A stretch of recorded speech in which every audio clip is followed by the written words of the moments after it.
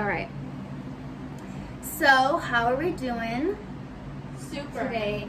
Good. All right. So, today I want to talk about social media and the interpersonal communication with it, the impact of social media on interpersonal communication. So, is social media making it impossible to have in-person conversation, and is it possibly ruining our future?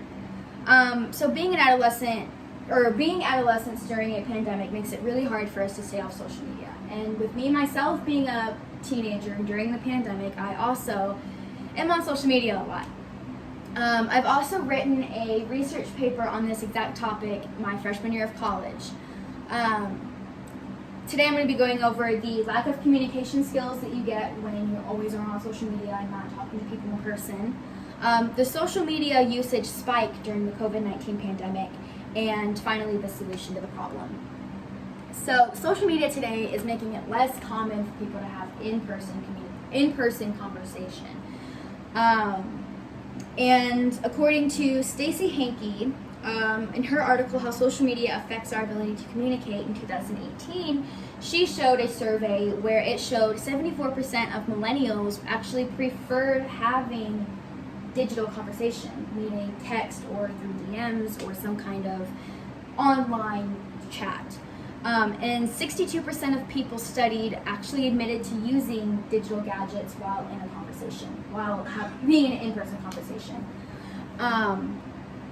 And so many people now, because they are on social media all the time, they are using text slang, such as YOLO, OMG, LOL, the whole text slang. And because of it, they are naturally either using that in normal conversation, or it's just making it so that they can't process normally a normal conversation. They can't think of everyday words.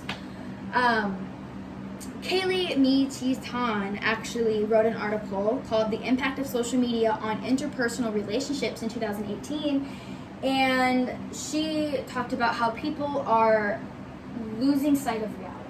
She was stating in her article how people have gotten so used to being so dependent on their phones and on social media that people are losing sight in what's truly significant in their real everyday lives and relationships with others. And in today's world, we're having more problems with human interaction because of the coronavirus.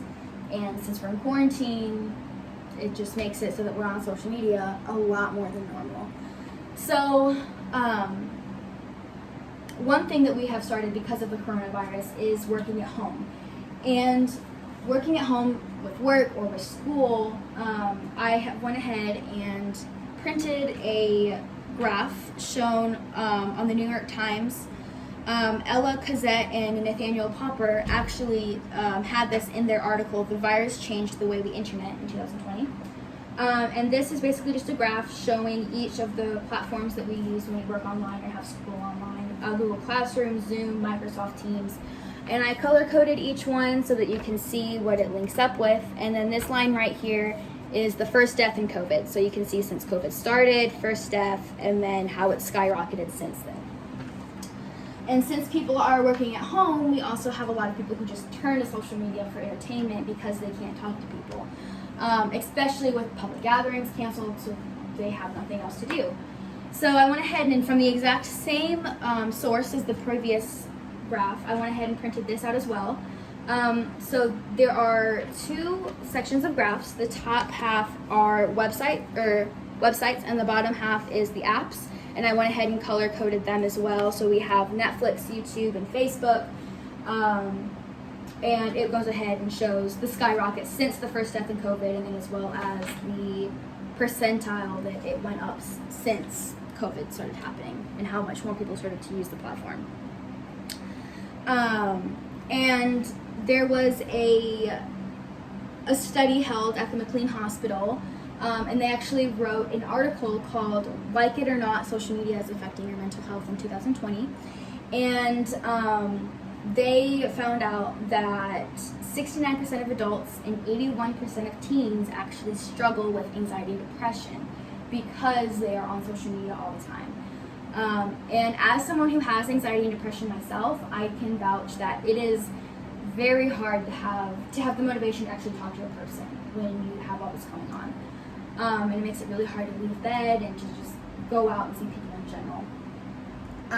So that on top of everything just makes it worse. However, with every problem, there's always a solution. The first solution that I have to offer is that we can set boundaries for ourselves on social media. So we can set an hour aside of our day so that we can just focus. We can go on social media and we can see things and we can do whatever we want, or we can set days of the week, or how you want to set like a time restrictant. You can do whatever you want that way. Another thing that we can do is make time for in-person communication. So we can, same thing that we did with the previous thing, we can set an hour a day to talk to family, or we can set a day off during the week to go talk to friends or FaceTime friends or something like that, so that we can still keep the rhythm of talking in person. So Kaylee Me Tan in the article I stated earlier, she had a quote, and I'm gonna go ahead and read it. Actually, no, yeah, she said, in the grand scheme of things, social media is a great outlet for people to keep in touch with friends and family. It just depends on how you use it. And I personally really like that, because she's right. And being on social media all the time, it just makes you forget what's really here and why we're on this planet. We're here to communicate with people, not bring our phones all the time. So in conclusion, to wrap everything up, I went over the lack of communication skills that people get because they're on social media all the time, the social media usage spike during the COVID-19 pandemic, and then a solution to everything going on. And just remember that social media is not your life, and anything can happen, but only if you let it. Thank you.